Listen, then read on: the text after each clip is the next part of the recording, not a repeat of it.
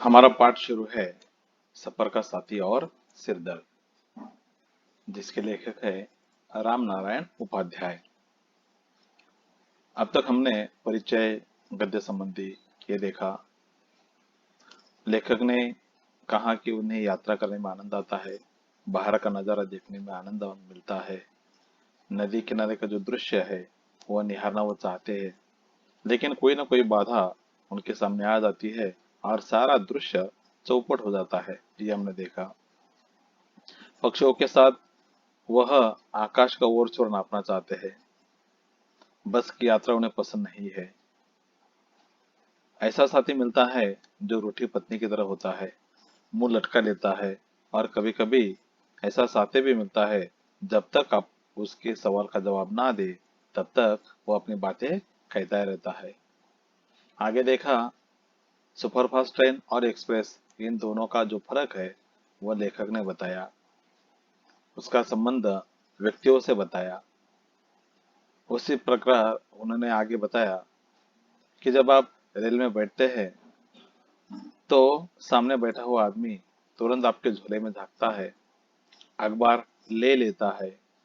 अखबार जो है वह रेल के डिब्बे का चक्कर काटता है और पन्ना पन्ना अलग हो जाता है। ये हमने देखा।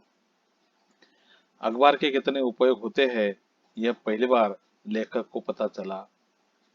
आगे हमने देखा, लेखक इन सभी बातों से परेशान हो जाते हैं, कुछ क्षण आराम करना चाहते हैं, लेकिन सामने बैठा हुआ आदमी सवाल के ऊपर सवाल करता रहता है। तो इस प्रकार अगर रेल में ट्रेन का कर्मचारी मिल जाए तो सारी रेल में रेल के ही बातें होती रहती है। ये हमने देखा। आरक्षण करना जरूरी है, ये लेखक ने बताया।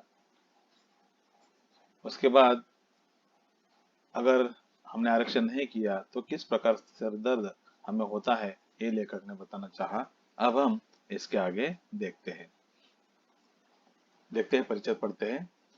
वे बोले, आप भी अजीब आदमी है। सिर दर्द तो आरक्षण कराने में है। हफ्तों चक्कर काटते हैं तब कहीं एक सीट मिलती है। आप शान से टिकट जेब में रखते हैं, अकड़ कर डिब्बे में प्रवेश करते हैं और जब कंडक्टर को आरक्षण का टिकट दिखाते हैं तो वह हिकारत भरी निगाह से कहता है, जब टिकट है तो क्या देखना, नहीं होता तो देख लेता। वह दूसरी यात्री के पास जाता है, उसके पास न टिकट है न आरक्षण। इशारे इशारे में कुछ बातें होती है और उसे वह जहां से चाहता है, जहां तक के लिए चाहता है, वहां तक के लिए सीट मिल जाती है। देखा नहीं आपने? रेल के हर डिब्बे पर लिखा है, भारतीय रेल जनता की संपत्ति है, इसे सुरक्षित रखिए। लेकिन इसके पीछे एक अलिखित इबारत भी होती है, भारतीय रेल कंडक्टर की संपत्ति है। सांझ हो चली थी, डिब्बे की बत्तियां जलने लगी थी। लोगों ने अपने अपने होलडोल बिछाने शुरू कर दिए। मैंने भी थक कर चूर हो जाने के कारण सिर दर्द की एक गोली खाई और लेटना चाहा। अब हम शब्द देखते हैं। यहाँ पर एक मुहावरा है, अकड़ना। देखिए, मुहावरा अकड़ना, उसका अर्थ है घमंड करना। घमंड करना।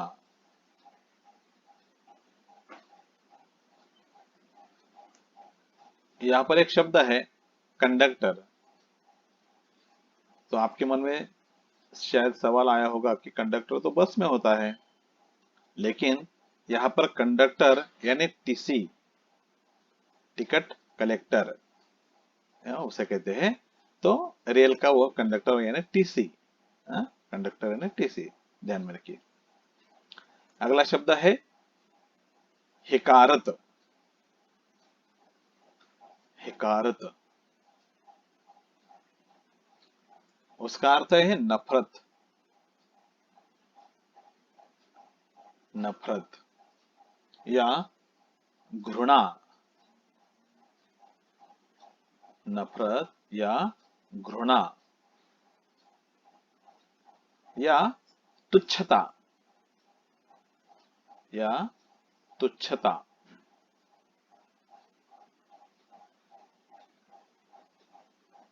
अगला शब्द है इबारत।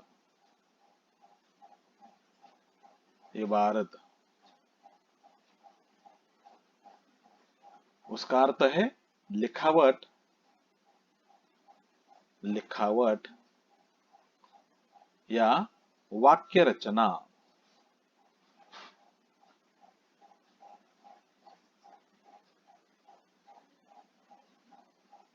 लिखावट या वाक्य रचना।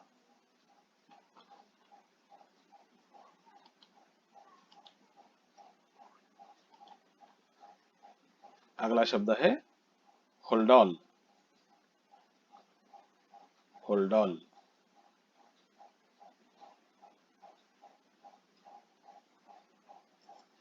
उसका अर्थ है बिस्तर बंद। बिस्तर बंद मतलब सफर में अगर हमें लंबा सफर करना है तो हम कुछ बिस्तर लेते हैं, हमारे साथ में होता है, जो हमारे काम आता है, उसे कहते हैं होल्डॉल। ठीक है, स्पष्टीकरण देखते हैं। जब आरक्षण की बात आई तो लेखक ने कहा था कि अगर हमें सफर करना है तो पहले हमें आरक्षण करना ही पड़ता है, नहीं तो सिर दर्द हो सकता है, परेशानी हो सकती है, यह लेखक ने कहा। तब वो कहता है आप भी अजीब आदमी है। लेखक को कहता है कि आप कैसे आदमी है, अजीब। सिरदर्द तो आरक्षण कराने में है, सफर करने से पहले आरक्षण करने में ही सिरदर्द है। आरक्षण न करने में सिरदर्द नहीं है, आरक्षण कराने में सिरदर्द है। तो क्या सिरदर्द है, क्या परेशानी है, देखते हैं। हफ्तों चक्कर काटते हैं तब कहीं एक सीट मिलती है। आरक्षण करने के लिए हमें हफ्तों चक्कर काटना पड़ता है, तब कहीं हमें एक सीट मिलती है। और अगर आप शान से टिकट जेब में रखते हैं, आपने आरक्षण की है तो आप बड़े शान के साथ टिकट अपने जेब में रखते हैं, अकड़ कर, कैसे, अकड़ कर डिब्बे में प्रवेश करते हैं। अकड़ना यानी घमंड करना। लोगों को अलग अलग बातों का घमंड होता है, अकड़ होती है। किसे होशियारी का, किसे पैसों का, किसे अपने सौंदर्य का घमंड होता है। तो यहाँ पर इसके पास टिकट है इसलिए उसे घमंड है, मेरे पास टिकट है मुझे तो आसानी से जगह मिल जाएगी, इस प्रकार का घमंड उसके पास है, इसीलिए वह घमंड के साथ डिब्बे में प्रवेश करता है। और जब कंडक्टर को आरक्षण का टिकट दिखाते हैं, टिकट देखने के लिए कंडक्टर आते हैं, टीसी आते हैं, हम उसे टिकट दिखाते हैं, और जैसे ही हम उसे टिकट दिखाते हैं तो वह क्या करता है, हिकारत भरी निगाहों से, नजरों से, निगाह यानी दृष्टि या नजर, नफरत की दृष्टि से आपकी ओर देखता है। आपके पास टिकट है, आपने आरक्षण कराया है, फिर भी वह नफरत की दृष्टि से आपकी ओर देखता है। लेकिन इस प्रकार का अनुभव हमें बस में नहीं मिलता। अगर आपके पास आरक्षण है आप और बस में सफर करते हैं तो कोई बात नहीं, बस का जो कंडक्टर है वह इस प्रकार नफरत की दृष्टि से आपकी ओर नहीं देखता। लेकिन रेल में ऐसा होता है। अगर टिकट नहीं तो जो टीसी होता है वो पैसा लेकर मामला जो है वह रफा दफा करता है, और इसीलिए आज जिसके पास आरक्षण का टिकट है उसकी ओर वह नफरत की दृष्टि से देखता है। तब वो कहता है जब टिकट है तो क्या देखना, टिकट है ना आपके पास तो क्या देखना, अगर नहीं होता तो मैं देख लेता, आपके पास टिकट है चुपचाप बैठ जाओ। इस प्रकार वह नजरों से, आंखों से वो कहना चाहता है। वह दूसरे यात्री के पास जाता है, उसके पास न टिकट है न आरक्षण। आपसे दूर जाकर किसी एक आदमी के पास जाता है जिसके पास न टिकट है न आरक्षण है, लेकिन क्या होता है, देखो आगे, इशारे इशारे में कुछ बातें होती है। जिसके पास टिकट नहीं, जिसने आरक्षण नहीं किया, उससे वो केवल इशारे इशारे में बातें करता है। और जहां से वो चाहता है, वो आदमी, कौन सा आदमी, जिसके पास टिकट नहीं, आरक्षण नहीं, वह आदमी जहां से चाहता है, जहां तक के लिए चाहता है, वहां तक के लिए उसे सीट आराम से, आसानी से मिल जाती है। किसे? जिसके पास ना टिकट है, ना आरक्षण है, लेकिन इशारे इशारे में ऐसी बातें होती है जिसकी वजह से जहां तक वो जाना चाहता है, जहां से जाना चाहता है, वहां उसे आसानी से सीट मिल जाती है। तो सामने बैठा आदमी कहता है, देखा नहीं आपने, रेल के हर डिब्बे में लिखा है, क्या लिखा है, भारतीय रेल जनता की संपत्ति है, इसे सुरक्षित रखिए। क्या लिखा होता है? भारतीय रेल जनता की संपत्ति है, बराबर है। जो बस है, चाहे रेल हो, ये हमारी संपत्ति है, जनता की संपत्ति है, लोगों की संपत्ति है, और इसे सुरक्षित रखना हमारा ही काम होता है। लेकिन इसके पीछे एक अलिखित इबारत भी होती है। रेल में तो सूचना होती है कि भारतीय रेल जनता की संपत्ति है, इसे सुरक्षित रखिए, लेकिन इसके पीछे अलिखित इबारत, जो लिखा हुआ नहीं है, ऐसी इबारत, वाक्य रचना, जो अलिखित वाक्य रचना है, वह होती है इसके पीछे, जो केवल जो रेल का कंडक्टर है, जो टीसी है, उसी को समझ में आती है, या उसी के मन में होती है। और इसीलिए वो क्या होती है, भारतीय रेल कंडक्टर की संपत्ति है। भारतीय रेल किसकी संपत्ति है? कंडक्टर की संपत्ति है। इसीलिए वह मनमानी करते हैं, बिना टिकट वालों को जहां से चाहे, जहां जाना चाहे, वहां उसे भेज देते हैं। लेकिन ये सारी बातें चुपचाप, इशारे इशारे में और गुपचुप पैसा लेकर होती रहती है।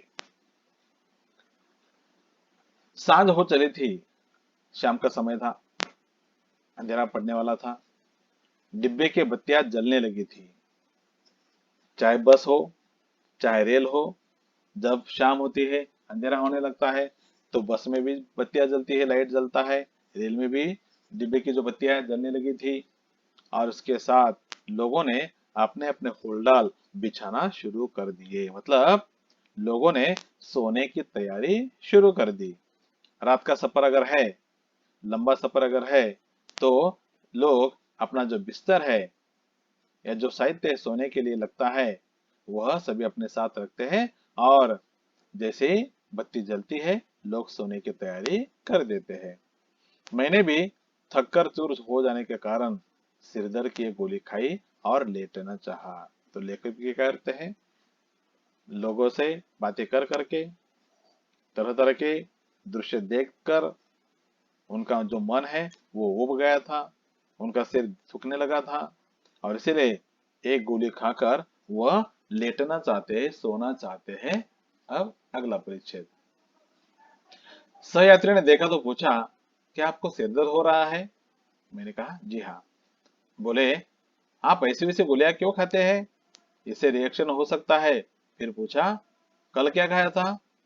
रास्ते में कहीं पूरी कचौड़ी तो नहीं खा ली? अरे, ये रेलवे ठेकेदार कल की बासी पूरी कचौड़ी को उबलती कढ़ाई में डालकर ताजा के नाम पर बेचते हैं। कहेंगे, हाथ लगाकर देख लो, गरम है कि नहीं। उन्हें तो अपनी जेब गरम करनी है।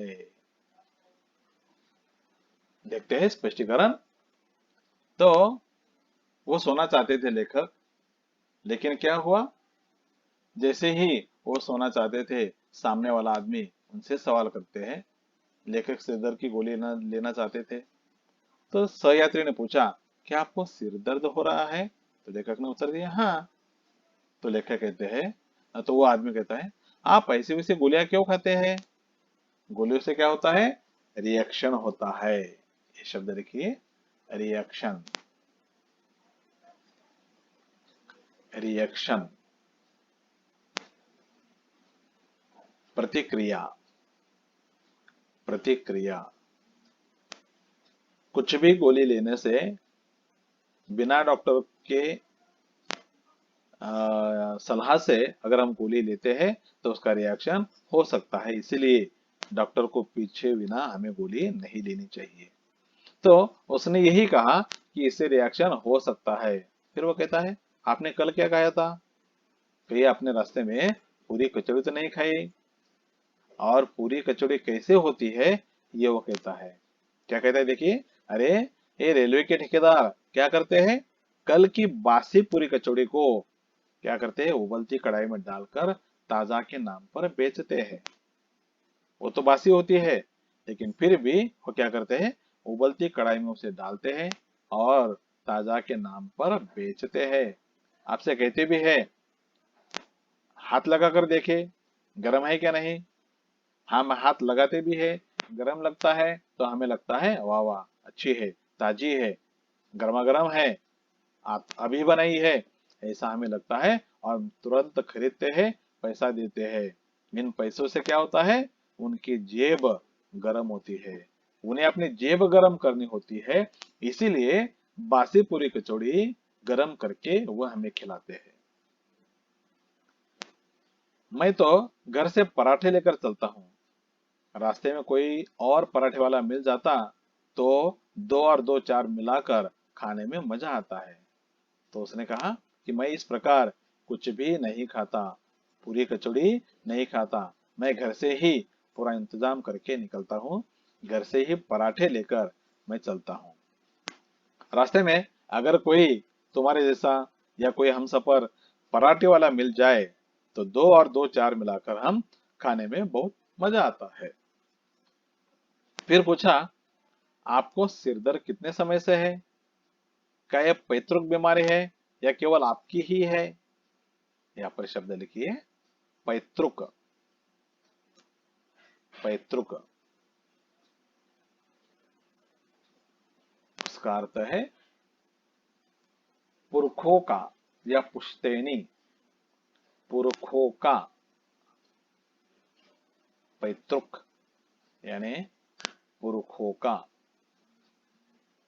या पुश्तैनी। ठीक है, तो उसने फिर से सवाल किया, आपको ये जो सिरदर्द है वो कितने समय से है? जवाब का जवाब की प्रतीक्षा उसने नहीं की, फिर से सवाल करता है, क्या यह पैतृक बीमारी है? क्या ये जो सिरदर्द की बीमारी है आपको, ये पैतृक है, खानदानी है, पुश्तैनी है, या आपके जो दादा परदादा है उन्हीं के साथ से चलती हुई आई है, या केवल आपकी ही है? वह सवाल पर सवाल करता है। मैंने कहा, मेरे परिवार में सभी के सिर है, अतएव सबको सिर दर्द होना स्वाभाविक है। तो लेखक ने भी उसका थोड़ा मजाक उड़ाना चाहा या उसे थोड़ा छेड़ना चाहा, और इसीलिए कहते हैं, मेरे परिवार में सबके सिर है और जिन्हें सिर होता है उनको सिर दर्द होता ही रहता है। यही बात उन्होंने कही कि मेरे परिवार में सभी के सिर है, अतएव इसीलिए सबको सिर दर्द होना स्वाभाविक है। जिसका सिर है उसका सिर दर्द होना जरूरी है। तो वो बोलता है, वे बोले, क्या आप भी बिना सिर पैर की बातें करते हैं? जिनके पाँव में शनि होता है उन्हें भी सिर दर्द होता है, जिनके पेट में गैस होती है उन्हें भी सिर दर्द होता है। तो वो कहता है लेखक की बातें सुनकर कि आप कैसी बातें करते हैं, बिना सिर पैर की बातें करते हैं। यहाँ पर शब्द लिखिए, बिना सिर पैर की बातें करना, बिना सिर पैर की बातें करना। व्यर्थ की बात करना, व्यर्थ की बात करना, या निराधार, निराधार।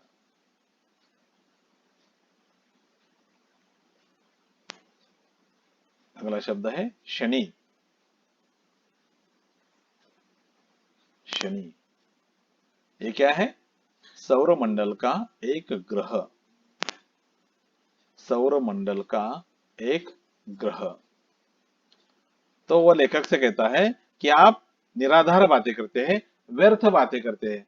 ऐसा थोड़ी ना होता है कि जिसका सिर है उसे सिरदर्द होता है।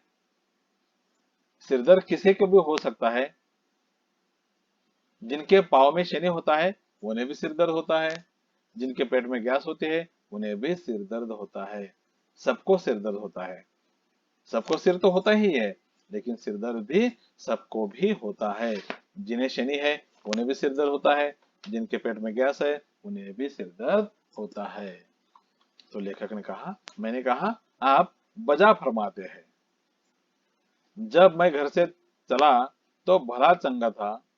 ट्रेन में बैठा तब भी कोई शिकायत नहीं थी।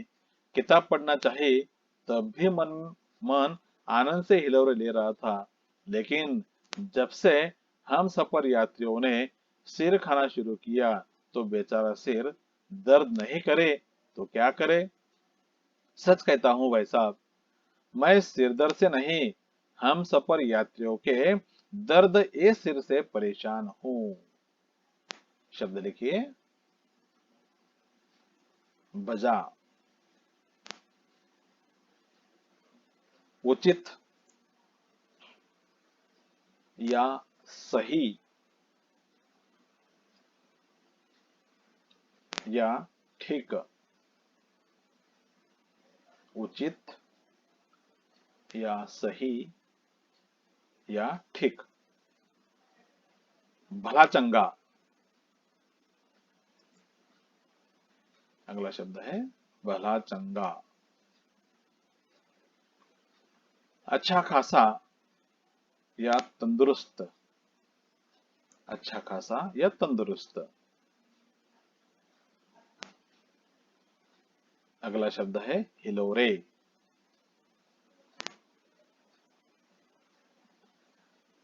डुलना। डुलना।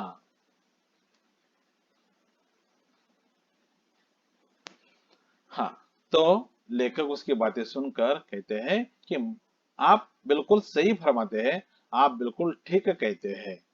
लेकिन वो बताना चाहते हैं कि मैं जब घर से निकला तो बिल्कुल तंदुरुस्त था, अच्छा खासा था। जब मैं ट्रेन में बैठा तब भी कोई शिकायत नहीं थी। किताब पढ़नी चाहिए तब भी जो मेरा मन है आनंद से डूल रहा था। उसने कहा, लेखक ने कहा उस आदमी से कि आपने बिल्कुल सही कहा।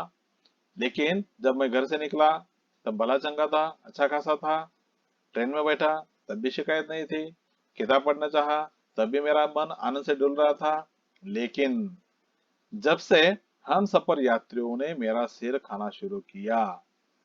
कब? जब हम सफर यात्रियों ने मेरा सिर खाना शुरू किया तब बेचारा सिर दर्द नहीं करे तो क्या करे। हम सफर यात्रियों की वजह से मेरा सिर दुखने लगा है। सच कहता हूँ भाई साहब, मैं सिर दर्द से परेशान नहीं हूँ। उन्होंने कहा कि मैं सिर दर्द से परेशान नहीं हूँ। तो हमारे हम सफर यात्रियों के जो हम सफर यात्री है उनके दर्द ए सिर से परेशान हूँ। जो मुझे दर्द दिया, मेरे सिर को जो दर्द दिया, उनके दर्द ए सिर से मैं परेशान हूँ। किसके? हम सफर यात्रियों के दर्द ए सिर से मैं परेशान हूँ। तो इस प्रकार यहाँ पर ये जो हमारा पाठ है वह समाप्त होता है।